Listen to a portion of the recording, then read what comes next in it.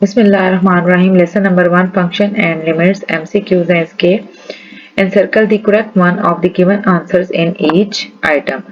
Number 1 है function f of x equal to x square plus 2x plus 3 is odd, even, implicit, explicit. Even और odd के लिए हमने x को minus x से replace करना होता है, यानी जहां जहां x है वहां वहां हम क्या लगा देते हैं, minus x. F of x equal to है हमारे पास x square plus 2x plus 3. हम यहाँ पर जहां जहां x है वहां माइनस एक्स लगा के देखते हैं क्या ये इवन या ऑड बनता है. x की जगह जब हमने माइनस एक्स रिप्लेस किया, यहाँ पर आ गया हमारे पास माइनस एक्स का whole square plus 2 into minus x plus 2 into minus x plus 3. तो ये हमारे पास क्या आ जाएगा, x square minus 2x plus 3.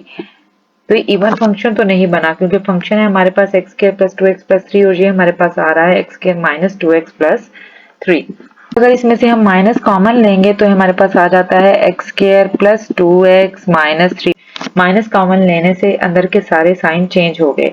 तो अब भी हमारे पास क्या है, ओरिजिनल फंक्शन नहीं बन रहा. वहां ओरिजिनल फंक्शन में प्लस 3 है, हमारे पास माइनस 3 है. तो इसका मतलब है इवन और ऑड तो नहीं है. पीछे बच के एक्सप्लिसिट और इम्प्लिसिट. एक्सप्लिसिट फंक्शन कब होता है, जब y f ऑफ x को हम y भी कहते हैं. y इज इक्वल टू हमारे पास है एक्स के प्लस 2x प्लस 3, यानी y और x बिल्कुल वेरिएबल सेपरेबल फॉर्म में हो, बिल्कुल अलग अलग हो, आपस में मिक्स्ड अप ना हो. तो इसकी ऑप्शन हमारे पास क्या बनती है कि ये गिवन फंक्शन जो है हमारे पास वो क्या है, एक्सप्लिसिट फंक्शन है. उसके बाद नंबर 2 है which one is the periodic function. Periodic function क्या होते हैं, जितने भी ट्रिग्नोमेट्रिक फंक्शंस हैं वो पीरियोडिक होते हैं, साइन कॉस टेन. तो यहाँ पर सिर्फ एक ही फंक्शन लिखा हुआ है साइन एक्स, तो इट मींस पीरियोडिक फंक्शन क्या हो जाएगा, जस्ट साइन एक्स हो जाएगा. ऑप्शन सी इसका आंसर है. क्वेश्चन नंबर 3 है given f of x equal to 1 by x minus 1 then f of 2.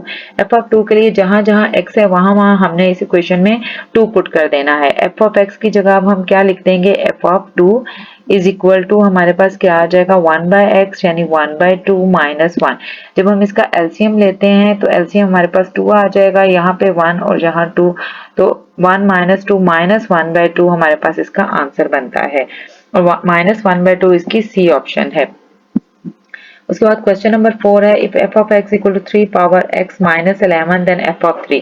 यहाँ भी जहां जहां एक्स है वहां वहां हमने क्या करना है, 3 रिप्लेस कर देना है. एफ ऑफ एक्स की जगह हमारे पास क्या आ गया, f of 3 is equal to 3 power x यानी 3 की पावर 3. एक्स की जगह हमने क्या लिखना था, 3 पावर 3 माइनस 11. अब 3 पावर 3 का क्या मतलब है, 3 को 3 टाइम्स मल्टीप्लाई करना है. 3 को 3 टाइम्स मल्टीप्लाई करेंगे तो 27 आ जाएगा, माइनस 11 करेंगे तो हमारे पास आंसर बनता है 16, यानी ऑप्शन डी इसका आंसर बनता है. लेकिन पीछे इसका आंसर दिया हुआ है 26. तो 26 कैसे बनता है, अगर आप यहाँ पर f of x equal to 3 power x minus 11 की जगह जस्ट माइनस 1 लिख दें तो फिर इसका आंसर बन जाता है. यहाँ पर जहां जहां 11 है वहां अगर मैं 1 लगा दूं तो मेरे पास आंसर क्या है, 26 आ जाएगा. ये देखें जहां जहां 11 है वहां मैंने 1 लगा दिया तो 27 माइनस 1 हमारे पास आंसर क्या बन गया, 26. उसके बाद क्वेश्चन नंबर 5 है हमारे पास limit x tends to 0 1 plus x की पावर 1 बाय एक्स. ये हमारे पास एक फार्मूला है जो कि e के इक्वल आ जाता है, तो इसका आंसर क्या है, ऑप्शन सी. उसके बाद है question number 6 limit n tends to 2x minus 1. यहाँ पर हमने क्या करना है कि x की जगह पर जो लिमिट अप्रोच कर रही है वो वैल्यू पुट करना होती है, लेकिन यहाँ पर x टेंड्स टू 2 की जगह n टेंड्स टू 2 लिखा हुआ है जो कि एक मिस्टेक है, क्योंकि अगर n टेंड्स टू 2 होगा तो यही आंसर x माइनस 1 रहेगा. तो यहाँ पर मिस्टेक क्या है कि यहाँ n की जगह हमारे पास क्या होना चाहिए, लिमिट x टेंड्स टू 2. जब लिमिट x टेंड्स टू 2 करती है तो हम x की जगह पर 2 पुट कर सकते हैं. तो x माइनस 1 यानी हमारे पास क्या आ जाएगा, 2 माइनस 1, और ये हमारे पास क्या बन जाता है, 1 आंसर, यानी ऑप्शन ए इसका आंसर बन जाएगा। क्वेश्चन नंबर 7 में लिखा हुआ है limit n tends to 2cx। जब n 2 को टेंड करता है तो इसका आंसर cx ही रहेगा, यानी ऑप्शन सी आंसर बनेगा। लेकिन यहाँ पर भी जो बुक के पॉइंट ऑफ व्यू से जो आंसर है वो हमारे पास 2c बन रहा है, तो n की जगह पर हमारे पास क्या आना चाहिए, x।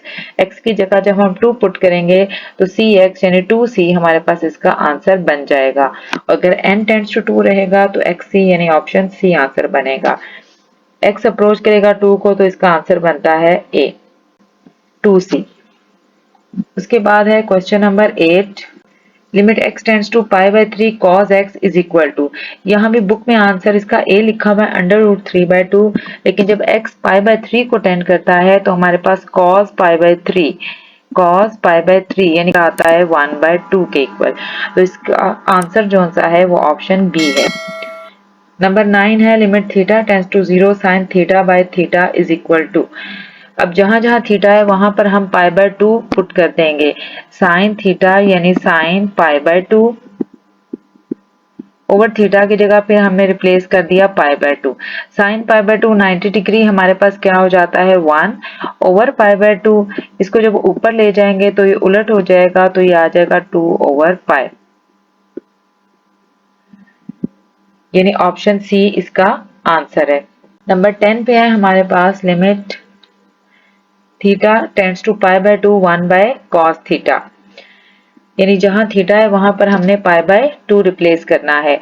तो हमारे पास क्या हो जाएगा 1 ओवर cos थीटा की जगह हम क्या रिप्लेस कर देंगे cos π/2। cos π/2 90 डिग्री हमारे पास क्या हो जाता है 0, यानी 1 over cos π/2 is equal to आ जाएगा 1/0, और 1 जब 0 से डिवाइड होता है तो ये अनडिफाइंड टर्म है, इसका आंसर आता है इंफिनिटी। तो इसका आंसर हो जाएगा हमारे पास ऑप्शन बी। तो इस लेसन के सारे एमसीक्यूज जो से आपके कोर्स में शामिल हैं, कुछ मिस्टेक्स थी जिनकी मैंने करेक्शन करवा दिया है, जैसे 6 और 7 में मिस्टेक है, 8 में मिस्टेक है, पीछे आंसर जो सा है आपका ए है लेकिन करेक्ट आंसर जो सा है वो बी है। इसी तरह से जो है क्वेश्चन नंबर 4 में मिस्टेक है, अगर 1 होगा तो बुक का आंसर आता है 11 के साथ आंसर 16 आता है। बाकी सारे क्वेश्चंस के आंसर ठीक है।